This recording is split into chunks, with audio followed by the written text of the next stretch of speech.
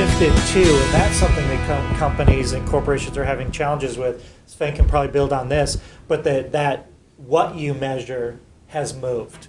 Yeah. Right? It's not always the bottom line. Sometimes it's the strategy that builds the community that will end up increasing your sales tenfold, but maybe not in the same timeline and using the same tools and the same processes as converting that into revenues. But ROI is no longer just revenue. It's everything. ROI isn't how many phone calls do we get from this newspaper ad. You know, it's moved. So that's my one point. Second question I have for the panelists. How do you manage your time with social media? To me, it's like the demon in the room. I don't have enough. I need 39 hours in a day. I'm a small business owner. Yeah. And teach the greatest school of business in the world here.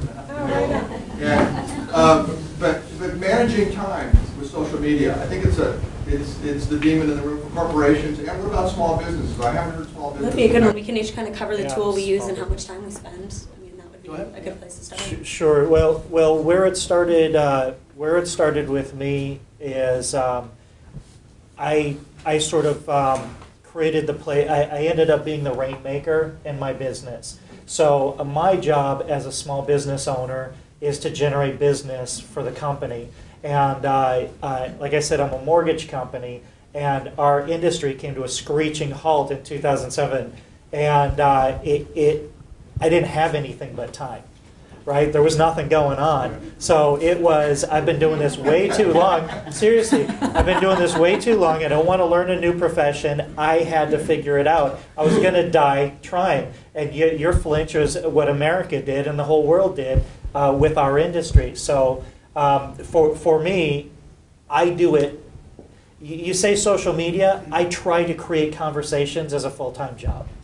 So that is what I spend all of my time on, because that's what's tripled my business from 2008 to 2009 as a mortgage company. Scott, which tool do you use to manage your Twitter? I created a consumer education platform on a WordPress blog. Okay. Social media is ingrained in every part of my day. It's about, for me, having the right tools with me all the time, and I think you have to have the right smartphone. You either have to have an iPhone 4 or a Droid platform phone.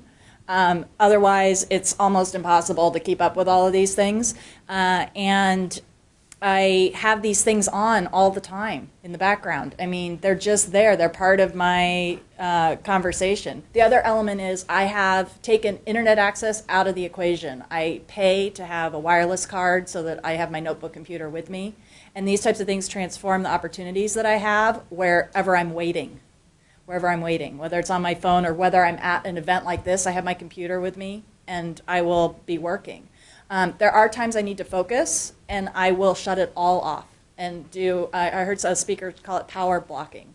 And I'm amazed at how much I can get done in 1 hour of focused time when TweetDeck's not binging at me in the background, and my cell phone is in the other room. But that's what I advise, is you have to have the right tools in terms of the phone and taking internet access out of the equation in order to manage it. And then there's other tools that can assist you, like TweetDeck or Hootsuite or all these other elements. Yeah. I'm kind of in the same place Stacy is. I'm pretty much permanently attached to the internet, much to my husband's chagrin. But for me, I have a Wi-Fi card, so I have internet everywhere. I have a Droid X, so I have my phone with me everywhere. I have a 3G network on my phone, so if I need to go somewhere and I don't have my Wi-Fi card with me, I can connect to the web from my phone to another computer. And then I have TweetDeck always running in the background on my computer. I don't have it dinging me, so it doesn't let me know when I have messages, but it is always there. And I make it a point that I pretty much check it once an hour, if not more actively. If I'm out doing something, pretty much if I'm anywhere, I will check in there. I will talk about the fact that I'm there. About 99% of the places that I go to have a social network somehow. And so I make sure that I continue to be active in all of that. And it took a while to get used to it, but once you treat it as second nature and you realize that it's not always about having a perfect message, it's just having that conversation, makes it a lot easier. I have a little different take on this. I grew up in in public relations, and so I'm very comfortable and I love to write. And I also have built my media relationships over the phone. So a lot of my work has to be one-on-one relationships. I need to go out, I need to have those lunches, and I need to make the phone calls. And I love to write. So I have my device, I have my phone, I can check my email whenever I want to, but I still integrate all those other aspects into my business as well. And I just count that as precious time. I use a lot of the nighttime hours when I write and when I slow down. 30 minutes a day on my Facebook, perhaps, keep checking in and out.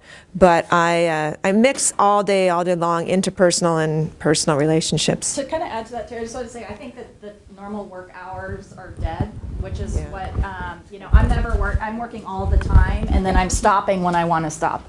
So that's one other way that I'm able to kind of fold it in, and I think that that's growing, and there's probably a lot of people that can identify with that in this room. Now, on the flip side, my dad moved, and he said to me, I'm not going to have internet up for 10 days, and I went, oh my gosh, I don't even know how you cope with that. So there is this generational difference, but at the same time, he's never going to be successful with social media. So if social media is going to be part of your business or your life, I think that there's this internet access that's essential. I took my first tech-free vacation for 5 days this year and almost had a heart attack.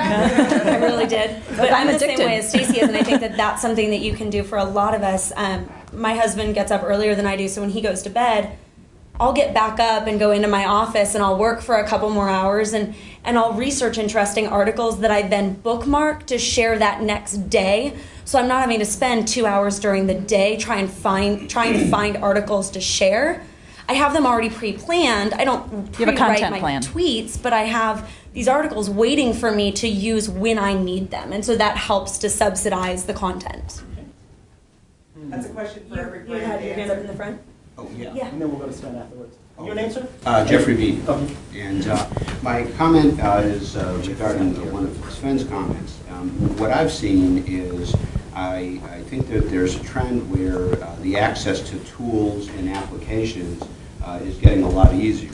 But getting back to Sven's comment, whether it's social media or market research or promotion or distribution, the thing is if everybody can access the tools, that sometimes you'll find a star in there that couldn't access the tools before and the job gets done right. And it has to be in the context of the business objectives and measurables and so forth.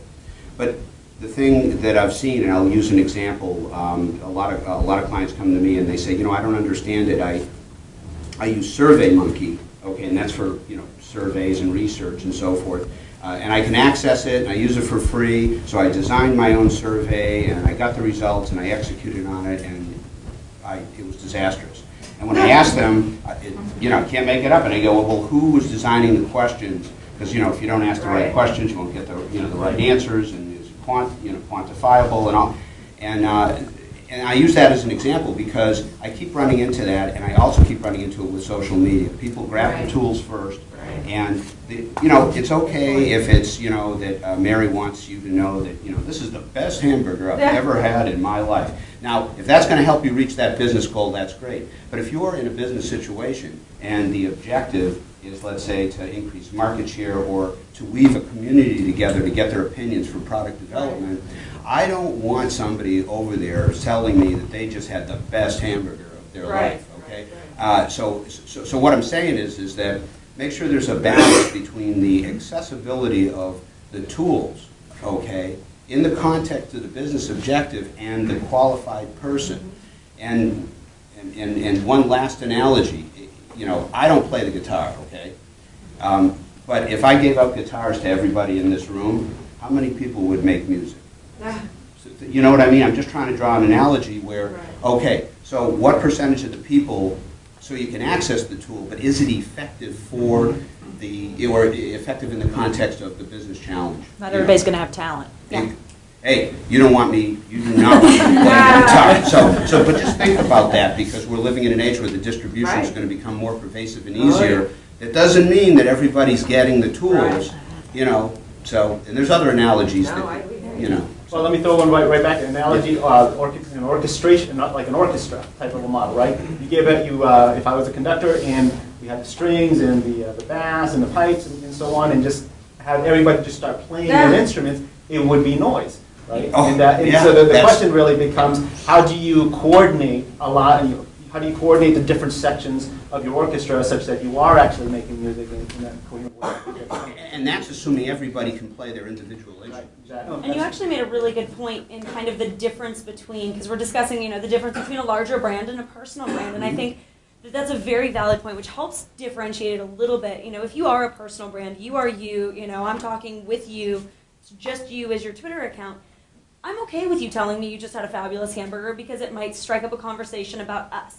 However, if you're, you know, a product or a company that sells a product that's trying to brand itself and build out, you know, this communication channel between, you know, other people who like the product, etc., you're right. Hamburger conversation is probably not the most appropriate. And I think that that's a really important point for us to remember here, is that you need to know what you are. Are you developing a personal brand? Are you developing a product brand? And I think that that's an important differentiation. It looks like a website than the actual website. We think, you know, 2-3 years, you know, websites itself are not going to be as big anymore because it's going to be sitting on one of those platforms. Interesting. I don't agree with that at all. And that's a That, scary prospect. yeah, I think that Scary that she doesn't agree at all? Or? No, scary, scary I that. think that Facebook is a great platform, don't get me wrong, Today. but they have way too many inner problems with their system, their privacy, the way that they function as a company, for people to be willing to trust them with that much of their company. I mean, really, if you built your website inside of Facebook and Facebook got hacked, guess what? Your site just got hacked. And it's not just a little bit of information, it's all of your content. I mean, you're giving a lot of power to one place. Whereas if you have yourself in different areas, you're on Twitter, you're on Facebook, you're on LinkedIn, you have your own separate website, you have a blog, your information is in different places, and if one spot goes down, you haven't lost your entire community, you haven't lost your entire network. Yes, it's nice to have a tool that can integrate them within, but I think if you're putting that much power in the hands of one community that really isn't that trustworthy, based on, you know, we've all seen what they've done, that's terrifying. Well, and I think it's you don't put all your eggs in one basket, but you can talk about your basket of eggs where the most people are. Exactly. There'd be no reason not to have a small site built within Facebook, but why would you ever give up the power that you have of your own Are you talking about designing? The challenge around, it was iframe. Yeah, iframe, Yes. okay, that's what I thought you were talking about. Well, and there's examples too. I mean, with the social graph and what's going on with that, 1-800-Flowers will let like the women say which bouquet they like, and then the husband sees which she likes on Valentine's Day, and they allow him to purchase it right there inside Facebook. I mean, unbelievable, unbelievable. So your social graph's just your network of people you're connected to, and Facebook knows that, and then they use that internally, and will share it with outside sites as well. And that is becoming a very important concept to understand if you're trying to market, if you're trying to market in today's world. Well, it sort of applies. I want to leave you with one tip. I just really want to do that. And it's for any designer or anything you have. Make sure you have a social policy, and putting my corporate communications hat on there. Before you, if anyone that's doing your social media, make sure you guys have something that's written out, what the policy is for people and what they're saying on your behalf. That is the number one thing to do before anyone steps in that position. Take ESPN, for example, really quickly. The people there, they're allowed to communicate, but they cannot ever say they like their college team more. It's very careful what they can say and can't say to protect that brand, even if they're on their personal pages. So even though we opened up this whole world for everybody to comment inside your company, you still need rules and regulations, and also when they exit, what they can say about you.